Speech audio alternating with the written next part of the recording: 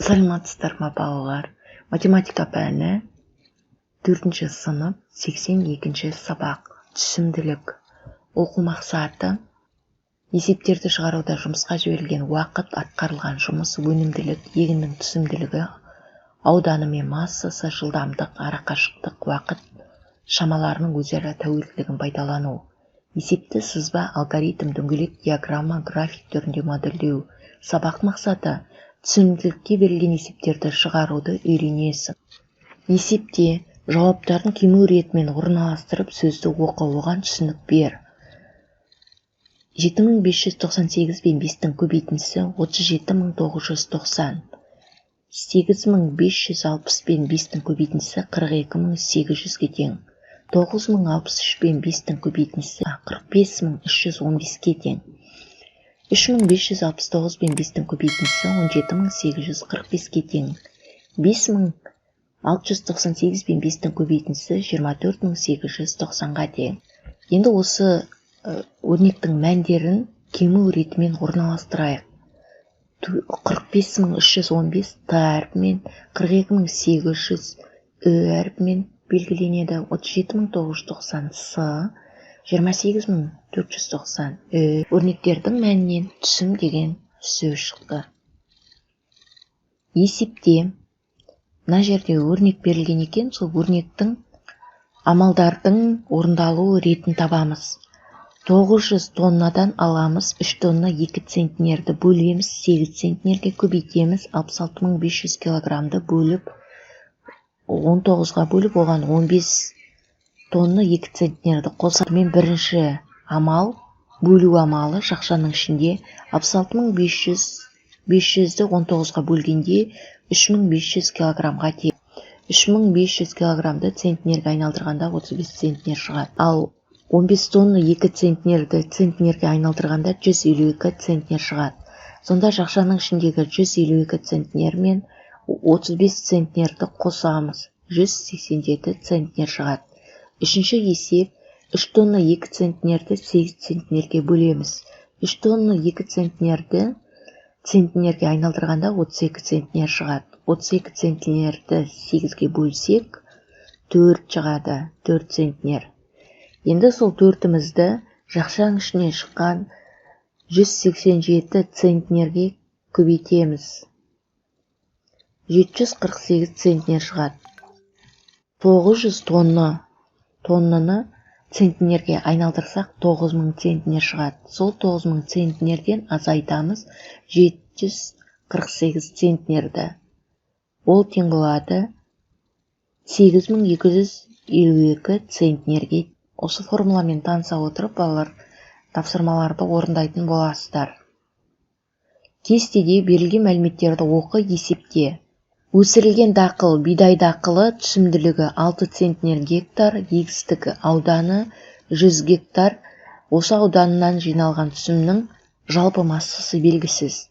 Жалпы массасын табу үшін түсімділік кішкентай m-ді көбейтеміз s-қа. Тең 6 көбейту 100 тең 600 центнерге. Түсімділігі 15 центнер гектар, егістіктің ауданы белгісіз. Жалпы массасы 1500 центнерге тең. Ауданын табу үшін үлкен жалпы массаны бөлеміз түсімділікке. 1500-ді 15-ге бөлгенде 100 гектар.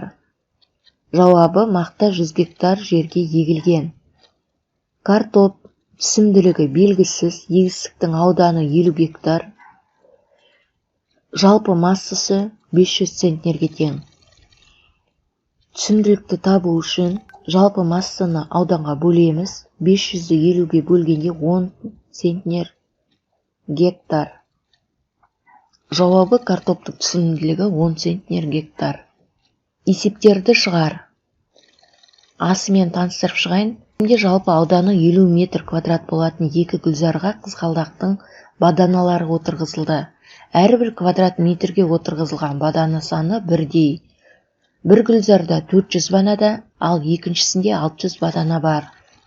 Әрбір гүлзардың ауданын табуымыз керек. Ол үшін есептің шартын құрып алайық. Жалпы ауданы 50 метр квадратқа тең. бірінші гүлзардың массасы 400 бадана, жалпы екінші гүлзардың массасы 600 бадана. Әрбір гүлзардың ауданын табуымыз керек. S1 неше квадрат метр жер екені белгісіз. S2 белгісіз. Ол үшін жалпы массаларды бір-біріне қосамыз. 400 бен 600-ды қосып 1000 бадана. Түсімділігі табу үшін жалпы массаны бөлеміз ауданға. 1000-ды 50-ге 20 бадана метр квадрат жер. S1 тең жалпы масса бөлінген түсімділік тең 400 бөлінген 20 тең 20 метр квадрат. S2 жалпы массасы бөлу M тең 600 бөлінген 20 тең 30 метр квадрат жер. Жауабы бірінші гүлзардың ауданы 20 метр квадрат, екінші гүлзардың ауданы 30 метр квадратқа тең. Енді екінші есепті таныстырып өтейін. Бұл жерде де есептің шартын оқып аламыз. Содан кейін M1 10 килограмм метр квадрат, M2 қанша килограмм екен белгісіз, 3 есе көп. S1 тең S2 тең 900 метр квадрат. Жалпы M1 қанша килограмм, M2 қанша килограмм екені белгісіз. Ол үшін түсімділік M2 тең 10 көбейтілген 3 тең 30 килограмм метр квадрат. M1 тең S1 көбейту M1, 900 көбейту 10 тең 9000 килограмм.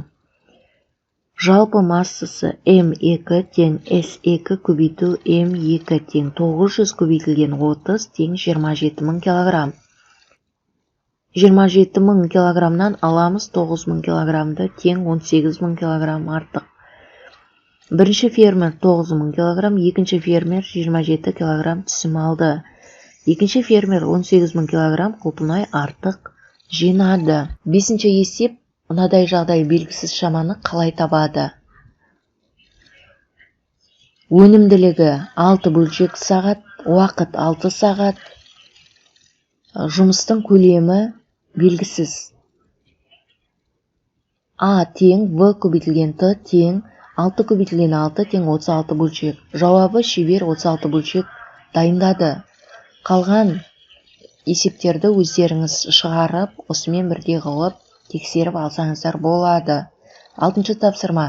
Түсімділік өлшем бірліктерін қалай өрнектеуге болатынын ойлап және түсіндір.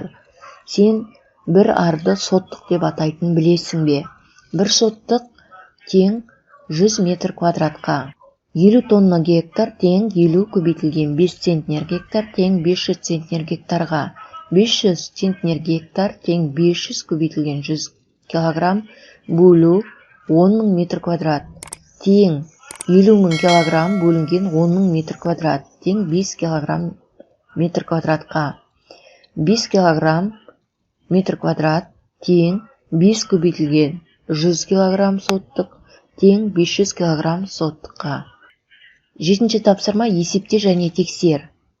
Достарыңмен бір жарыс ұйымдастырып, мысалдарды кім шапшаң және дұрыс есептейтінін анықта. 45689 пен 392.816 қосындысы 438.505-ке тең. Қалған есептерде де осындай етіп өздеріңіз тексеріп аласыздар. Немесе баған түрінде шығарсаңыздар да болады. 8-ші тапсырманы мұқият оқы, түсімділікті салыстыру үшін алдымен не істеу керек? 1 тоннада 1000 килограмм, 1 гектарда 10.000 метр квадрат. 140 тонна гектар тең 140 көбейту 1000 бөлінген 10.000 килограмм метр квадрат тең 14 килограмм метр квадратқа. 14 килограмм метр квадрат тең 30 килограмм метр квадраттан. Жауабы жылыжайда өсірілген қиярдың түсімділігі көп. 9-ші тапсырма. Есепті шығар. Мына жерде есептер берілген. Жалпы есептің мазмұнын таныстырып шығайын. Жер учаскесіне қызғалдақтың баданалары отырғызылды. Бірінші жер учаскесі екіншісінен 30 метр квадрат артық, сондықтан оған 10.160 бадана, ал екіншісіне 6350 бадана отырғызылды. Егер әрбір квадрат метрге отырғызылған бадана саны бірдей болса, онда әр жер учаскесінің ауданы қанша? 10160 бадана метр квадрат 30 метр артық. Екінші жер 6350 бадана метр квадрат. Шешуі 10160-тан азайтамыз 6350-ді. Тең 3810 бадана. 3810-ді бөлеміз 30-ға, тең 127 бадана метр квадрат. 10160-ті бөлеміз 127-ге, тең 80 метр квадрат. 6350-ді бөлеміз 127-ге, тең 50 метр квадрат. Жауабы бірінші жер телімі 80 метр квадрат, екінші жер телімі 50 метр квадратқа тең. Балалар, осымен сабағымыз аяқталды. Назарларыңызға рахмет. Сау болыңыздар.